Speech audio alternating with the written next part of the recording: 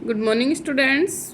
बेटा आज हम पार्ट 2 मेरे संग की औरतें के प्रश्न उत्तर करेंगे। पहला प्रश्न है इसमें, लेखिका ने अपनी नानी को कभी देखा भी नहीं फिर भी उनके व्यक्तित्व से क्यों प्रभावित थी। हमने पाठ में शुरू में ही पढ़ा था जब कहती हैं कि मैंने अपनी नानी को कभी नहीं देखा, तो ये पूछ रहे हैं इसमें कि लेखिका ने अपनी नानी को कभी देखा नहीं फिर भी उनके व्यक्तित्व से वो क्यों प्रभावित थी।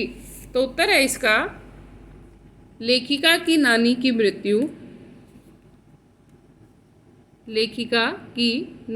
मृत्यु उनकी माँ की शादी से पहले हो गई थी।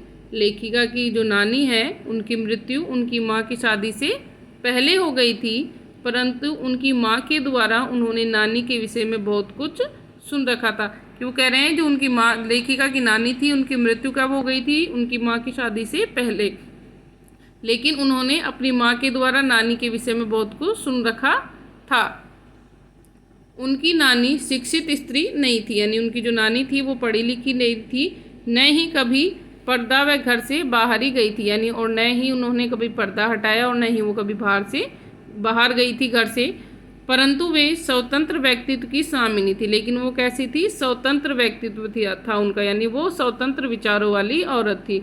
उनके मन में आज़ादी की लड़ाई करने वालों के लिए विशेष आदर था, और उनके मन में आज़ादी की जो लड़ाई करने वाले लोग हैं उनके लिए विशेष आदर था। यही कारण था कि वे अपने अंत समय से पहले, और इसी कारण से वे अपने अंत समय यानी जब वो मरने वाली थी उससे पहले अपने पति के मित्र से उन्होंने निवेदन किया कि उनकी पुत्री का विवाह उनके पति के पसंद से न हो, कि उनकी जो पुत्री है उसका विवाह उनके पति के पसंद से न हो, क्योंकि वह स्वयं अंग्रेजों के समर्थक थे। क्योंकि जो उनके पति थे वो अंग्रेजों के समर्थक थे, बल्कि उनके मित्र करवाएं। वह अपनी तरह आज़ादी का दीवाना ढूंढे, यानी जो उनके मित्र थे पति के वो एक स्वतंत्रता सेनानी थे, तो वो चाहती थी कि वो भी अपनी पुत्री के लिए उसी तरह से एक स्वतंत्रता सेनानी को ढूंढे। तो उत्तर बेटा एक बार फिर से देख लो कि लेखिका की नानी की मृत्यु उनकी माँ की शादी से पहले हो चुकी थी, परंतु उनकी माँ के द्वारा उन्होंने नानी के विषय में बहुत कुछ सुन रखा था। उनकी नानी शिक्षित स्त्री नहीं थी और न ही कभी पर्दा व घर से बाहर गई थी, परंतु वे स्वतंत्र व्यक्तित्व की स्वामिनी थी। उनके मन में आज़ादी की लड़ाई लड़ने वालों के लिए विशेष आदर था। यही कारण था कि अपने अंत समय से पहले अपने पति के मित्र से उन्होंने निवेदन किया कि वे उनकी पुत्री का विवाह उनके पति के पसंद से न हो, क्योंकि वह स्वयं अंग्रेजों के समर्थक थे, बल्कि उनके मित्र करवाएं। वह अपनी तरह आज़ादी का दीवाना ढूंढे, यानी वो किसी स्वतंत्रता सेनानी से उनकी माँ की शादी करवाना चाहती थी। अगला प्रश्न है आपका दूसरा, लेखिका की नानी की आज़ादी के आंदोलन में किस प्रकार की भागीदारी रही। कि जो लेखिका की नानी थी उनकी आज़ादी के आंदोलन में किस तरह से उन्होंने भागीदारी रही। कि उन्होंने प्रत्यक्ष रूप से तो कभी आज़ादी से में भाग नहीं लिया, क्योंकि वो घर से कभी बाहर नहीं निकली, लेकिन किस प्रकार से, तो वह प्रत्यक्ष रूप से भले ही आज़ादी की लड़ाई में भाग नहीं ले पाई हो, कि उन्होंने प्रत्यक्ष रूप से कभी भी आज़ादी की लड़ाई में कोई भाग नहीं लिया, परंतु अप्रत्यक्ष रूप से सदैव इस लड़ाई में सम्मिलित रही। लेकिन अप्रत्यक्ष रूप से वो इस लड़ाई में सम्मिलित रही, कि क्योंकि वो घर से बाहर भी नहीं जाती थी, तो इसलिए कह रहे हैं कि प्रत्यक्ष रूप से तो उन्होंने आज़ादी की लड़ाई में भाग नहीं लिए, लेकिन अप्रत्यक्ष रूप से वो इस लड़ाई में सदैव रही। किस कारण, किस तरह से रही?